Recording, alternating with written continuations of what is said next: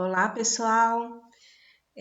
Como vocês sabem, então eu estou gravando esses vídeos para vocês conseguirem acompanhar durante esse momento de quarentena a nossa matéria aí de ciências moleculares e celulares. A aula dessa semana, então, nós vamos discutir nada mais, nada menos do que o assunto que está bombando aí, virologia, né? Então, vamos rever alguns conceitos básicos e discutir aí sobre a questão das características das partículas virais. O objetivo dessa aula, então, vamos lá. O objetivo dessa aula é conhecer as principais características e os constituintes das partículas virais, as formas de replicação, né, a reprodução aí do vírus e discutir um pouco sobre as diferentes patologias virais e suas alterações no funcionamento celular. Então, nós temos como objetivo aqui discutir sobre essas noções de virologia, tá bem? Esse conteúdo vocês encontram na unidade 1, na seção 4 do livro didático de vocês. Para começar, então, é importante a gente pensar na definição de vírus. Olha só, pequenos parasitas intracelulares obrigatórios, ou seja, né, os vírus necessitam de células para conseguirem aí perpetuar, ou seja, se replicarem na natureza. Então, são pequenos parasitas intracelulares obrigatórios. E por que eles têm essa necessidade de uma célula hospedeira? Porque os vírus, eles não são compostos por células. Isso é importante, tá? São seres aí acelulares. Ou seja, eles necessitam de todo o aparato enzimático, todo o aparato celular, né, onde o hospedeiro que vai fornecer esse aparato para que ele consiga se replicar. Aqui nós temos duas imagens, né, um exemplificando aqui a morfologia de um vírus animal, e nós temos aqueles vírus ainda que parasitam bactérias, né, que são aqueles que comumente nós vemos aí no ensino médio e aquela forma mais usual, que são os fagos. Então, veja bem, aqui tem uma comparação, tá? Só para vocês terem uma noção do tamanho, é muito variável. Então, aqui, por exemplo, E. coli, que seria uma bactéria, né? Então, comparando o tamanho dessa bactéria com um bacteriófago, que seria esse vírus capaz de infectar a bactéria, e comparando aqui com o eritrócito humano. Então, os vírus são realmente bem pequenininhos, o que possibilita essa questão da infecciosidade, né, centrada na célula hospedeira. Lembre então, nós não consideramos vírus como organismos vivos, tá? Então, como eles são acelulares e nós temos aquele postulado que todo ser vivo é formado por uma ou mais células, então os vírus não são considerados seres vivos. Eles são definidos aí, né? Eles entram na configuração de partículas infecciosas. Por isso que nós falamos aí a partícula viral.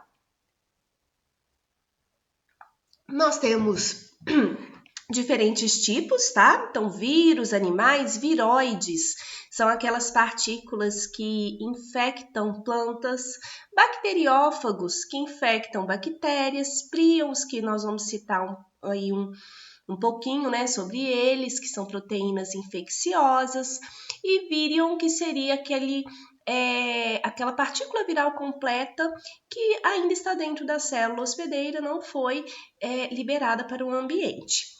Como eles não possuem células, eles não possuem metabolismo, certo?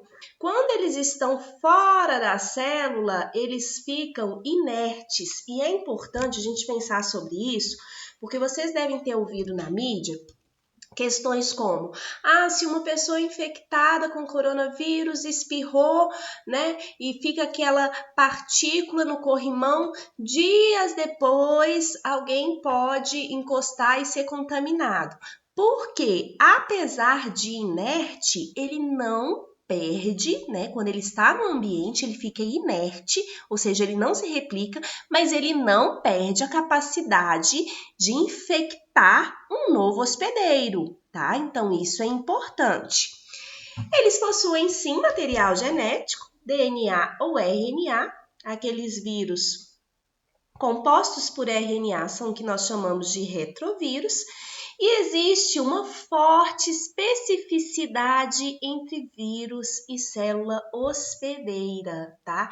Por exemplo, o HIV ataca especificamente linfócitos. Então, ele não vai atacar uma célula epitelial, não vai atacar uma célula do seu trato respiratório, tá? Existe aí uma especificidade. É como se para que ocorresse essa infecção, essa entrada na célula, é como se existisse uma chavinha, tá? E a gente vai discutir mais sobre esse processo, aonde o vírus reconhece e faz uma ligação química, tá?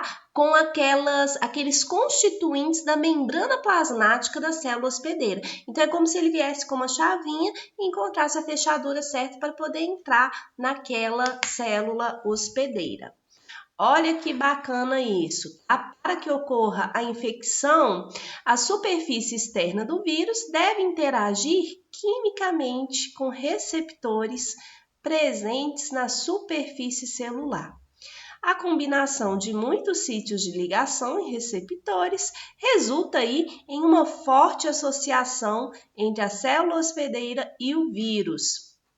Então, nós temos, né, aqueles pontos de ligação, tá? Aonde vai ocorrer este reconhecimento da célula hospedeira. Então, por isso que nós temos essa especificidade, partícula viral, célula hospedeira. Em relação à constituição, né, os vírus são formados aí por ácido nucleico, DNA ou RNA, e são revestidos por uma camada aí de proteína que nós chamamos de capsídeo. É como se fosse uma capinha, tá, de proteína que protege esse ácido nucleico.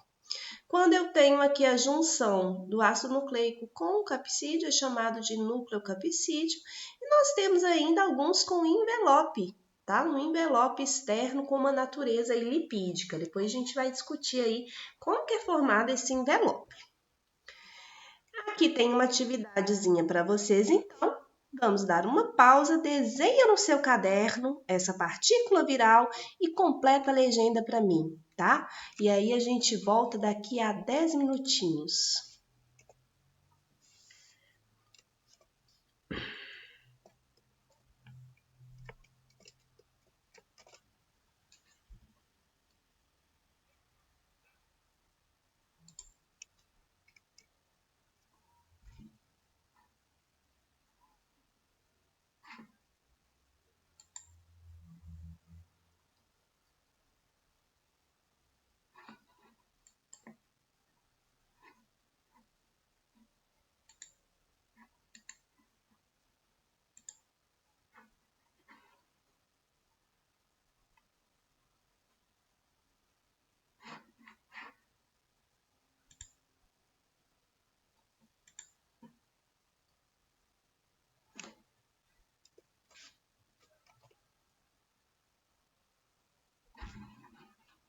Detalhe que eu tô tentando parar o vídeo, tá? E não tô conseguindo. Mas é bom que vocês vão fazendo aí o exercício e fica assim a bagaça. Porque o trem aqui, professor youtuber, tô aprendendo, vivendo e aprendendo. Vamos lá, papapá. Eu não sei fazer isso direito. Tá. Beleza. Nossa, deixa eu ver aqui. Caramba, vamos.